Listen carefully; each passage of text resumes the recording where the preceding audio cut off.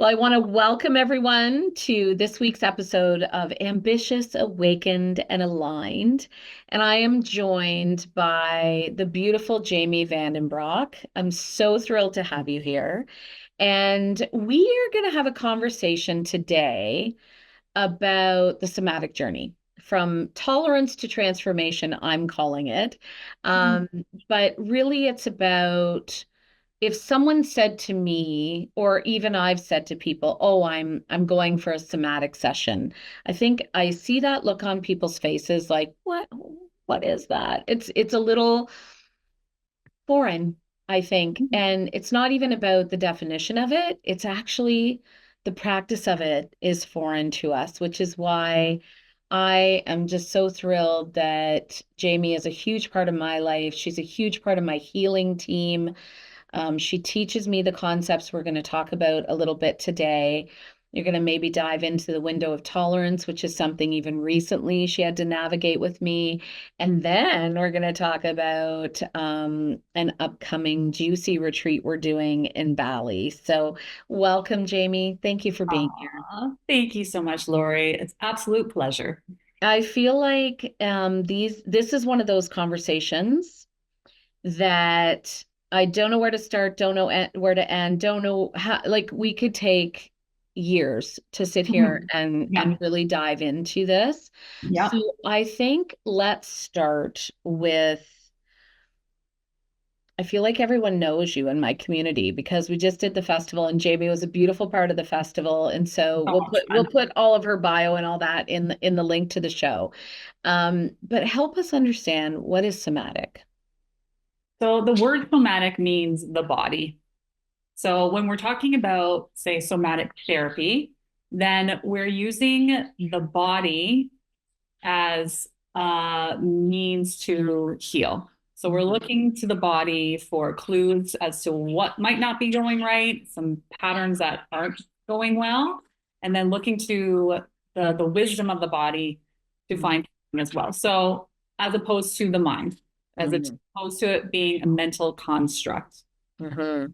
Yeah. So really like feeling into like what is happening in your body at any given time. There's like billions of different things happening every second, right? Like the hormones that are happening, the digestive processes, all the neural, the brain stuff happening. Like there's just so many processes happening, and so the body is taking on a lot more information than maybe we remember or we think. And a lot of these things can't be navigated by our thought processes alone. Mm-hmm. Yeah.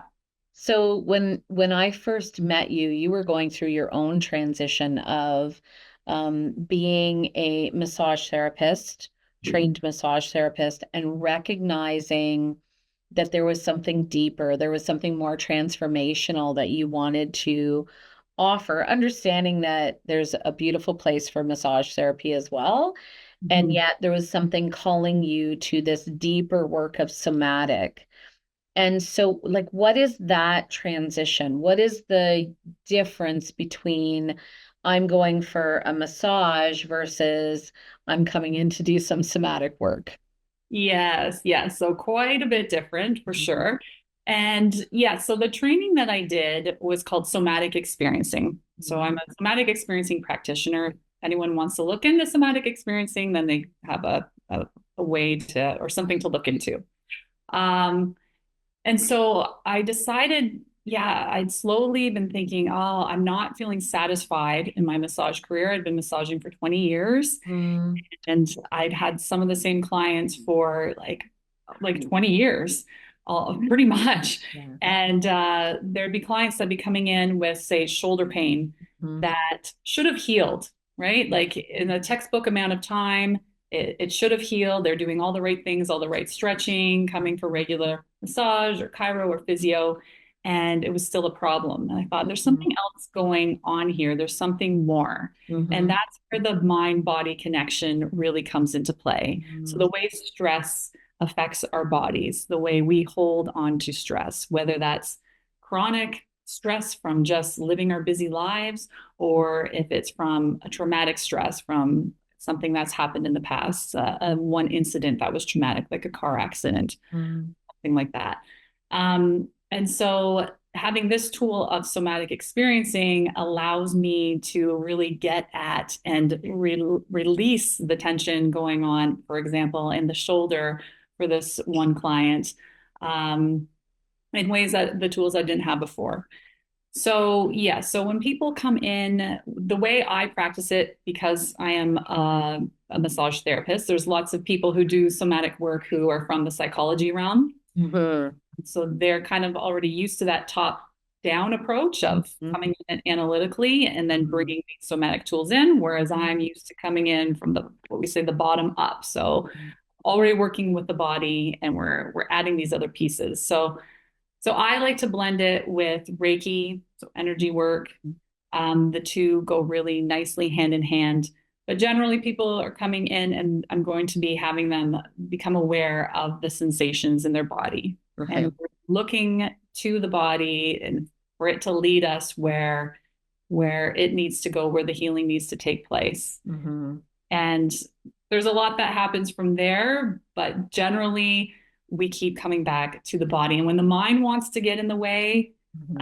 um, I mean, making meaning of things can be helpful, but often I find we just get too much in our heads. So we Yeah. keep bringing it back, and the body will show us the way. Yeah. It's well, and just on the side, Jaime happens to also be trained in astrology. So I've done that with Jaime as well. And so it's this beautiful blend actually of, and the reason that I thought of that is I'm a Gemini, I'm heady to begin with. And so that combined with the busy business world, being in corporate, being on the treadmill, I had no connection to my body. And so it's been such a beautiful new practice over the last decade of learning the importance of that. And then really working with you, what I'm noticing is even when I think I'm connected to my body, that's the key. I think I'm Yeah. connected Yeah. to my body. As soon as we start working together, you help me get into my body, like not thinking I'm working with my Mhm. body, Mhm. actually into the feeling of being in my body. And Yeah. even with being purposeful, it's still really a practice for me. Yeah, it It's a takes time. practice. Yeah, it really does. And it's so foreign, the that journey has been so foreign in the past. And so I know people listening would be so curious about even the first step. Like what's one first step of being able to on our own get out of our mind and into our body? Yeah, I mean, just wherever you are right now, and we can do this ourselves, Mhm. just feeling what are you aware of happening in your body in this moment right now? Mm. If you're sitting down, can you feel the seat beneath you? If there's a back to that seat, can you feel that support behind you? Mhm. Can you become aware of your feet on the ground if they are on the ground? Can you feel your breath? Like, what is going on? What sensations are you aware of right now? And it Mhm. tends to be where we're only aware of the uncomfortable sensations or Mm. painful ones. So the unpleasant is usually, if I have someone scan through the body, it's usually the unpleasant. And then it can be a bit of an aha moment of, Mhm. is there anywhere in your body that feels good or Mm. even just neutral? Is there Mhm. any part of your body that's not in pain?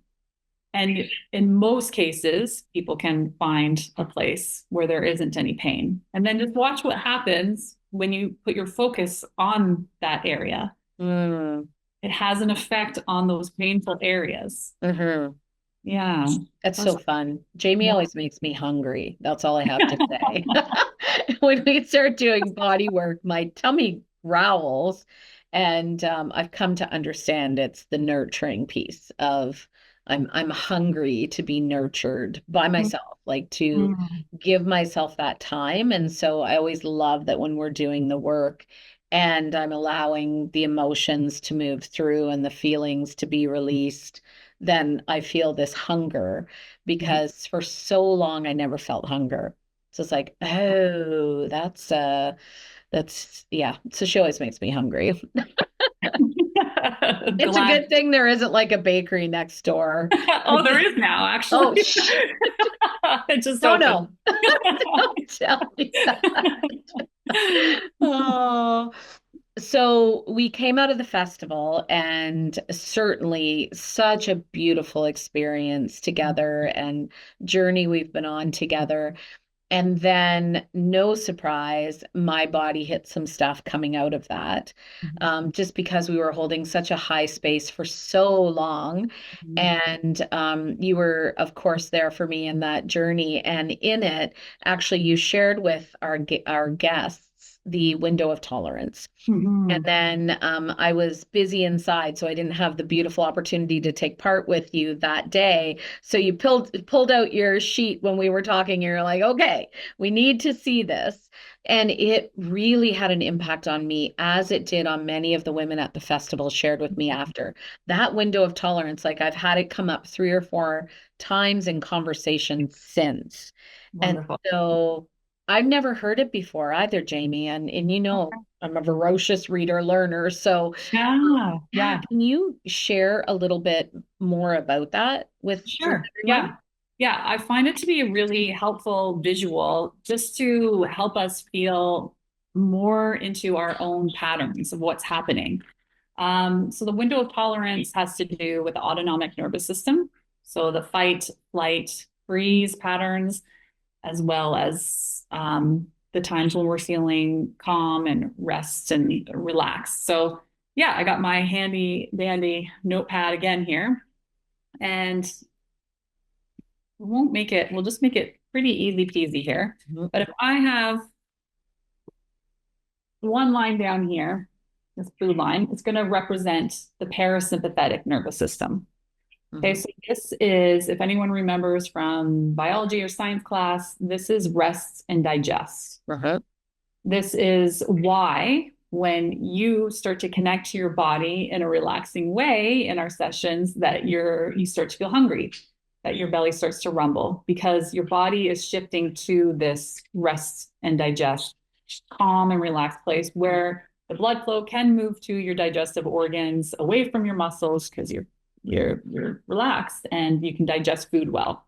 So that it does actually happen quite often where people are embarrassed when they're in for a session and their stomach starts growling a lot. I'm like, no, it's music to my ears because it's telling me something of where your nervous system is. Mhm. Mhm. Okay. So that's going to be the bottom line of this window. And then I'm going to draw a red line on top, and that's going to represent the sympathetic nervous system.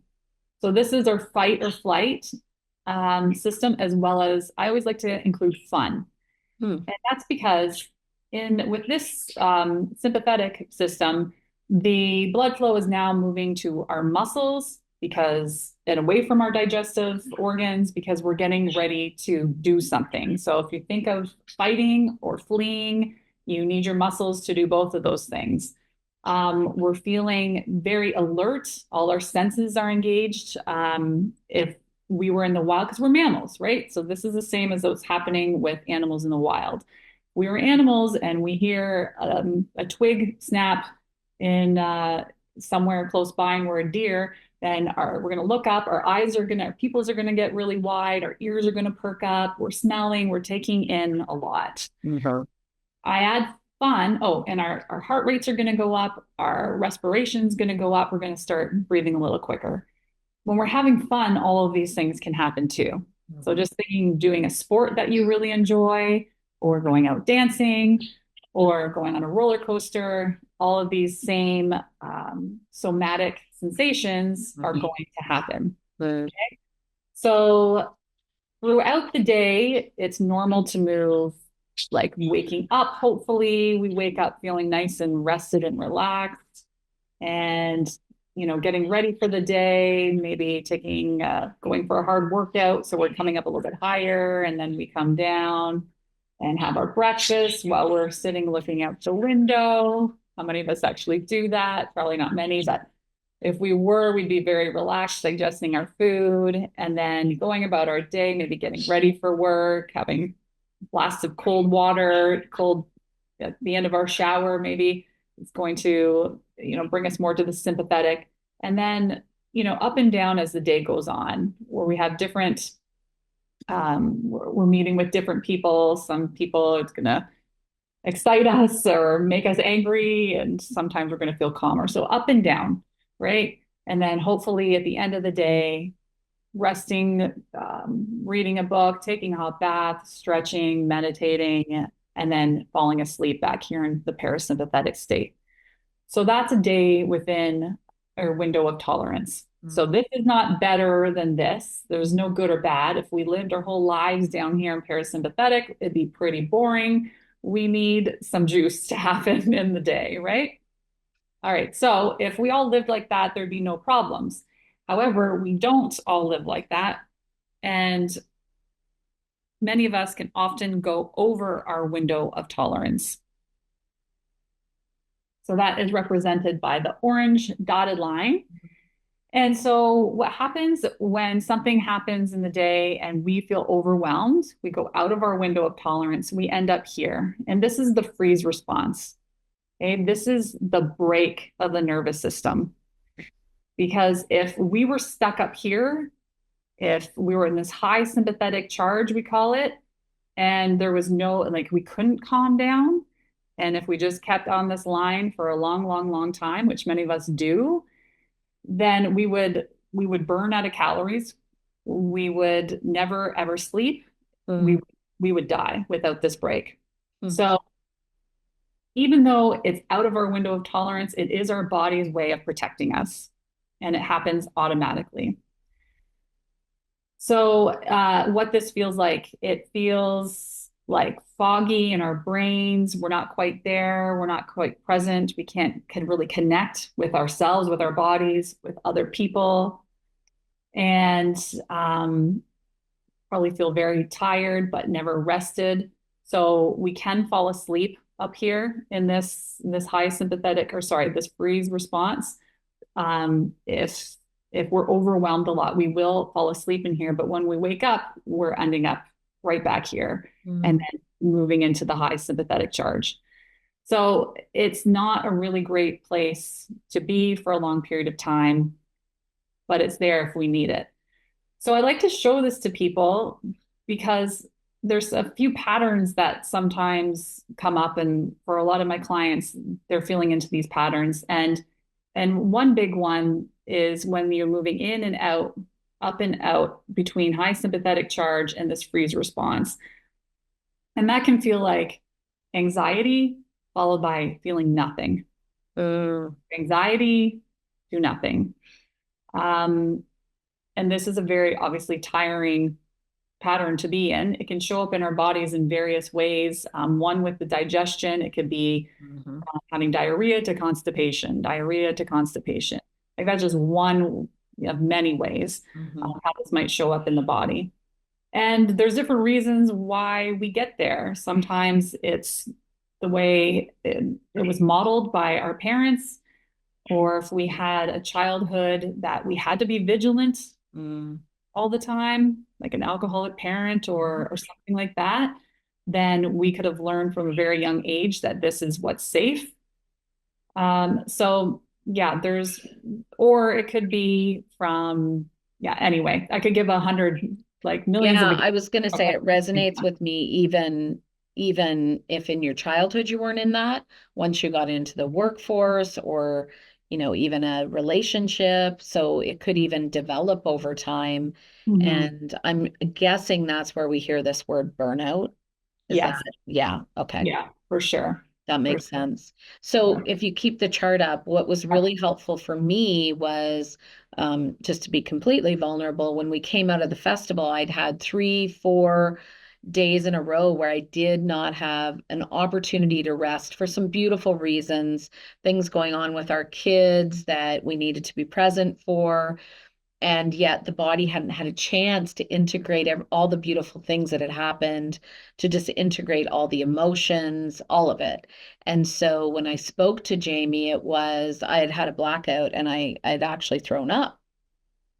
And what was interesting was I had finally had the morning where I was like, okay, I'm going to go to the yoga studio and I'm just going to get down and do some yin yoga. And the second I went down, boom, I was out. Mm. And so this chart really helped me because we had so much fun. Like we were, and that was what was confusing to me is like everything was so good. Even the Yeah, family things were so good. And you yeah, helped me understand that even in fun, I hadn't had an opportunity to gently come down. So I right. went straight Yeah. from high to I thought I'd go straight to yoga. Yeah, it was too big of a jump to come down, and your system's like, yeah, no way. We're not doing that yet. Yeah. So that's the work of the somatic work is how can we come out of freeze and come back within our window. And Hmm. for a lot of people, we're just too many people are living up here in our North American lifestyle. Yeah. So it's like, how can we come down here more often? And Hmm. as we do that, we can actually widen this window of tolerance. Hmm. Some people will have their window of tolerance is this much, right? We all know those people who Hmm. don't, they have to have things a certain way for them to feel comfortable. Yeah. And then there's the people we know who are very flexible, right? Who can kind of go with the flow. They can change things up. They have probably a bigger window of tolerance. So yeah, that's another piece to this. Yeah, that's interesting. We're not all the same. No, yeah, no. And a lot of that is either things that have happened in life to us Hmm.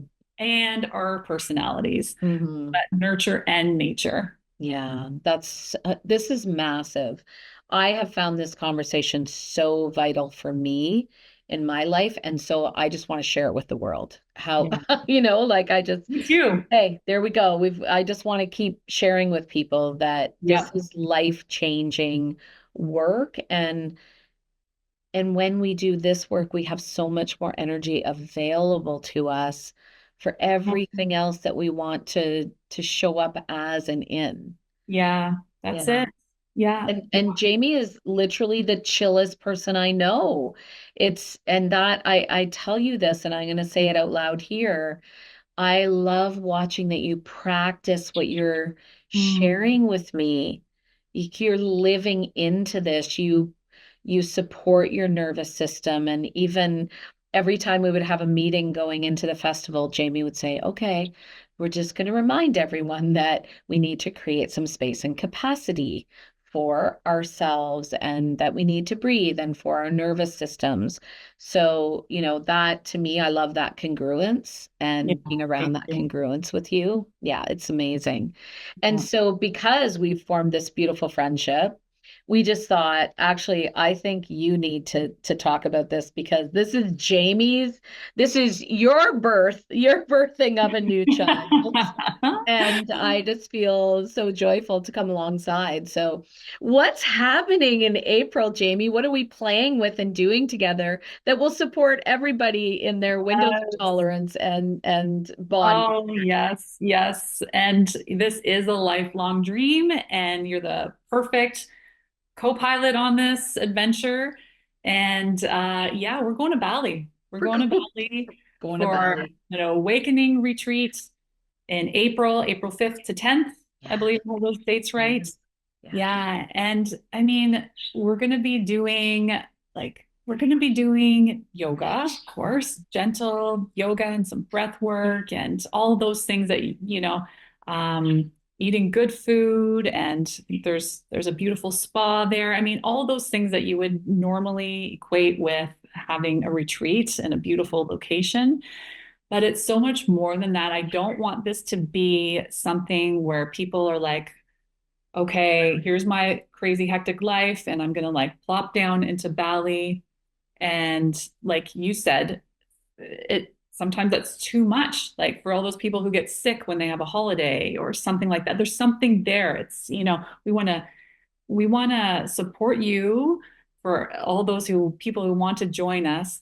to prepare for this journey. Mhm. And then when we're there to not just drop into it, but to learn how to stay into it. Learn tools that are easy and accessible so that when you go home, it's not just back to real life. Like this can become your real life. You can embody this way of living. Mhm. And sometimes just leaving the country and going somewhere new is a perfect opportunity to really be able to do that. Start Mhm. It's so beautiful when, as we've been dreaming about really what do people like us need? What do, busy, I really hate that word, but I just used it. Eventful women like us that are raising children, maybe, and maybe you're business owners, maybe you're a leader, is just the opportunity to surround yourself with some sacred sisters and have real conversations about the things that are going on. So, we're going to talk about, how do you step into the vision of who you truly want to be once you do go back home? And how will these practices support who you're becoming? And how do you have a relationship with your body where you build that resiliency for the things that are and will happen in life? Mhm. And again, how do you have these practices, these sacred practices that will support that? So something that has come up a few times, and it's interesting because if I think back to my own sort of when did I start yoga, what was that conversation like in my mind, I can understand some people's perspective that yoga's hard and that, oh, I don't do yoga. And so I would love for you, because when you've described to me the practice of yoga from your perspective, Mm. I'd love for people to hear that. Oh, okay. Yeah. Um, I don't remember that exact conversation we had about it, but I can tell you what comes to Yeah. mind. I think it's that will speak to that kind of that fear of like, no, I'm not doing that. Is, yoga in North America has become like, oh, it's just another way to get in shape, Yeah. right? But that's not what the roots are of it. It's like, yes, we need our bodies to be open and to be strong to support us, but it's so much more than that. It is combining our bodies with our emotional bodies, with our sense of spirituality, whatever that may be, um, and bringing them all into union. Mhm. Yoga Mhm. yoga means to yoke, and it's to bring, to me anyway, it makes me think of what needs to come to the surface to be healed so that we can be freed up to just be more of our authentic selves without all the baggage and crap laid on. Oh, well, can we get on the plane tomorrow? I know. Please.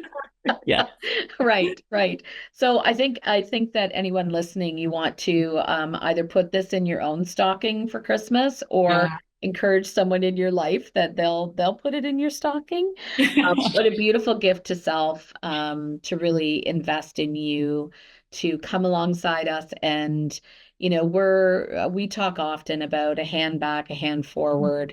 So we'll be learning and growing as much together with the people that say a big yes, this is where they want to be and the experience they want to have.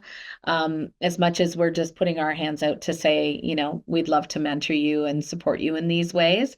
And we're going to have a lot of fun. So, while Jamie's teaching you to go in your body that way, I might have some other ways.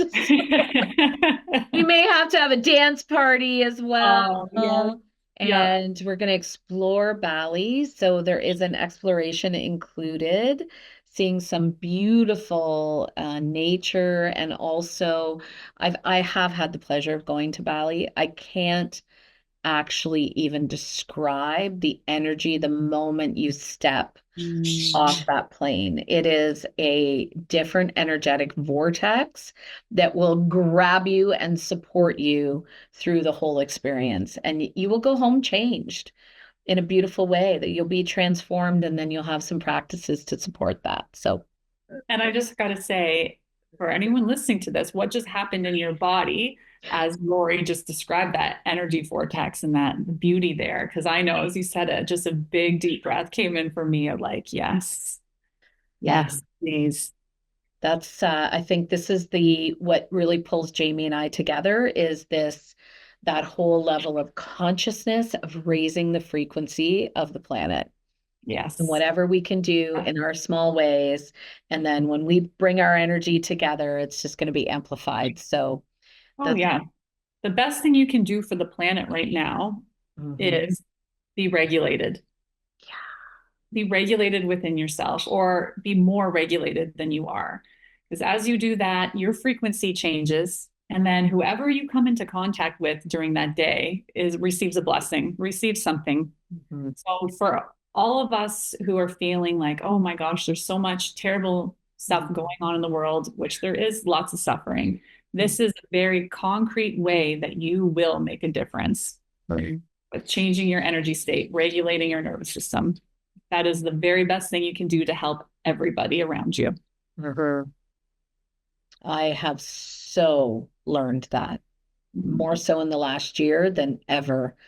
And I am in, yeah, we're in such deep alignment about that. Mm-hmm. The more that we regulate, the more that we become conscious, the more that we step into who we are meant to be, Yep. then we change everything around us. It's so powerful.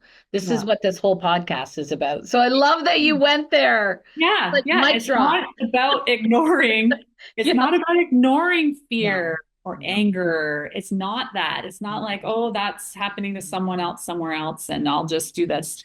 Because that doesn't feel good either, right? It's about, yeah, it's about allowing these things to move through you in a safe and held space kind of way. And yeah, that's what I'm passionate about, and that's what I want to keep sharing. It's incredible. Okay, so we're going to share all the Bali details in the show notes. And is there anything else? Is there anything else? This felt so high vibe. That's what high vibe is. Yeah, that's what When high people vibe. say it, I was like, what does that even mean? That's what it means. Yeah.